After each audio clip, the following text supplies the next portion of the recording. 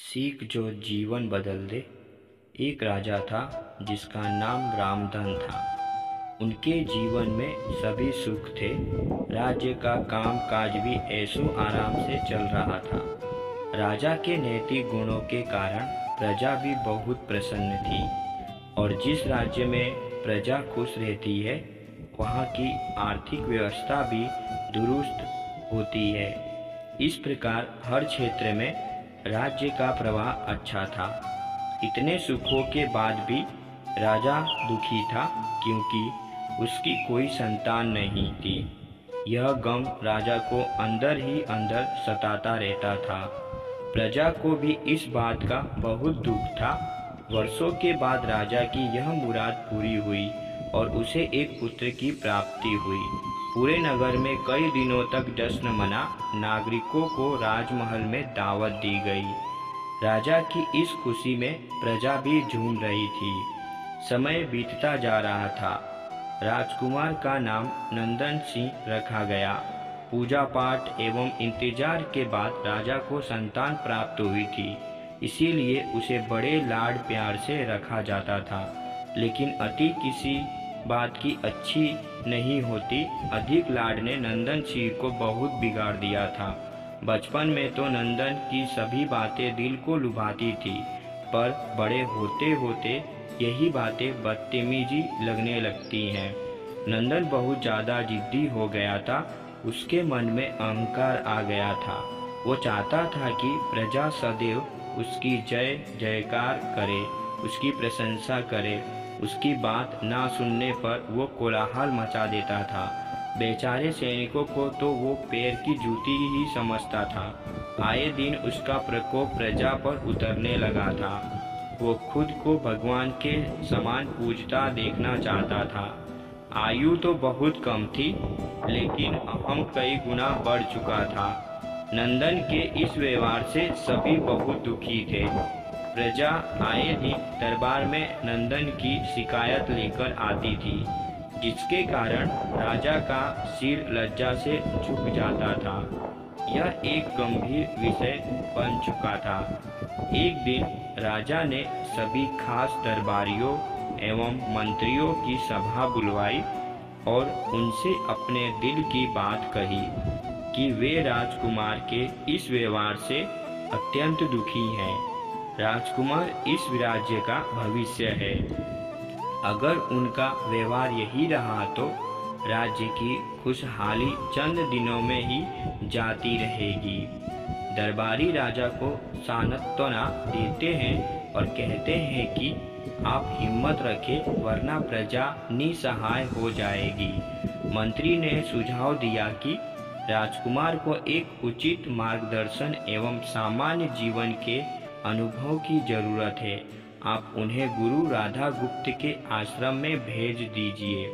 सुना है वहाँ से जानवर भी इंसान बनकर निकलता है। यह बात राजा को पसंद आई और उसने नंदन को गुरु जी के आश्रम भेजा। अगले दिन राजा अपने पुत्र के साथ गुरु जी के आश्रम पहुँचे।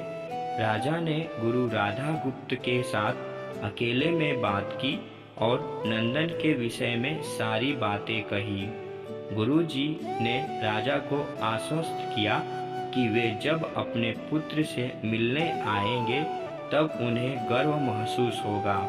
गुरुजी के ऐसे शब्द सुनकर राजा को शांति महसूस हुई और वे हर्ष अपने पुत्र को आश्रम में छोड़कर राजमहल लौट गए।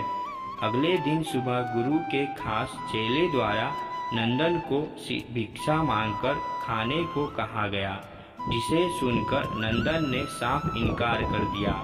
चेले ने उसे कह दिया कि अगर पेट भरना है तो भिक्षा मांगनी होगी और भिक्षा का समय शाम तक ही है, अन्यथा भूखा रहना पड़ेगा।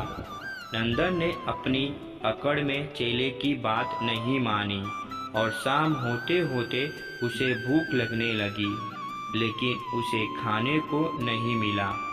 दूसरे दिन उसने भिक्षा मांगना शुरू किया। शुरुआत में उसके बोल के कारण उसे कोई भिक्षा नहीं देता था, लेकिन गुरुकुल में सभी के साथ बैठने पर उसे आधा पेट भोजन मिल जाता था। धीरे धीरे उसे मीठे बोल का महत्व समझ आने लगा और करीब 1 महीने बाद नंदन को भर पेट भोजन मिला, जिसके बाद उसके व्यवहार में बहुत से परिवर्तन आए। इसी तरह गुरुकुल के सभी नियमों ने राजकुमार में बहुत से परिवर्तन किए, जिसे राधा गुप्त जी भी समझ रहे थे। एक दिन राधा गुप्त जी ने नंदन को अपने साथ सुबह सवेरे सैर पर चलने को कहा। दोनों सैर पर निकल गए। रास्ते भर बहुत बातें की। गुरुजी ने नंदन से कहा कि तुम बहुत बुद्धिमान हो और तुम में बहुत अधिक ऊर्जा है, जिसका तुम्हें सही दिशा में उपयोग करना आना चाहिए। दोनों चलते चलते एक सुंदर बाग में पहुंच गए, जहां बहुत सुंदर सुंदर फूल थे, जिनसे बाग महक रहा था। गुरुजी ने नंदन को बाग से पूजा के लिए गुलाब के फूल तोड़ने को कहा। नंदन झट से सुंदर सुंदर गुलाब तोड़ लाया और अपने गुरु के सामने रख दिए। अब गुरुजी ने उसे नीम के पत्ते तोड़कर लाने कहा। नंदन वो भी ले आया। अब गुरुजी ने उसे एक गुलाब सूंघने दिया और कहा, बताओ कैसा लगता है। नंदन ने गुलाब सूंघा और गुलाब की बहुत तारीफ की। फिर गुरुजी उसे नीम के पत्ते चखकर उसके बारे में कहने को कहा। जैसे ही नंदन ने नीम के पत्ते खाए, उसका मुंह कड़वा हो गया और उसने उसकी बहुत निंदा की और जत्तर कत्तर पीने का पानी ढूंढने लगा। नंदन की यह दशा देख गुरु भी मुस्कुरा रहे थे। पानी पीने के बाद नंदन को राहत मिली। फिर उसने गुरुजी से हंसने का कारण पूछा। तब गुरुजी ने उससे कहा कि जब तुमने गुलाब का फूल सूंघा तो तुम्हें उसकी खुशबू बहुत पसंद अच्छी लगी और तुमने उसकी तारीफ की, लेकिन जब तुमने नीम की पत्तियां खाई तो तुम्हें वो कड़वी लगी और तुमने उसे थूक दिया और उसकी निंदा भी की। गुरुजी से नंदन को समझाया, जिस प्रकार तुम्हें जो अच्छा लगता है तुम उसकी तारीफ करते हो, उसी प्रकार प्रजा भी जिसमें गुण होते हैं उसकी प्रशंसा करती है। अगर तुम उनके साथ दुर्व्यवहार करोगे और उनसे प्रशंसा की उम्मीद करोगे तो वे यह कभी दिल से नहीं कर पाएंगे। इस प्रकार यहाँ जहाँ गुण होते हैं वहाँ प्रशंसा होती है।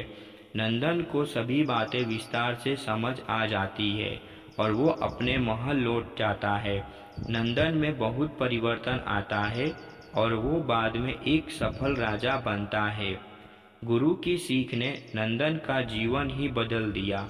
वो एक क्रूर राजकुमार से एक न्यायप्रिय दयालु राजा बन गया।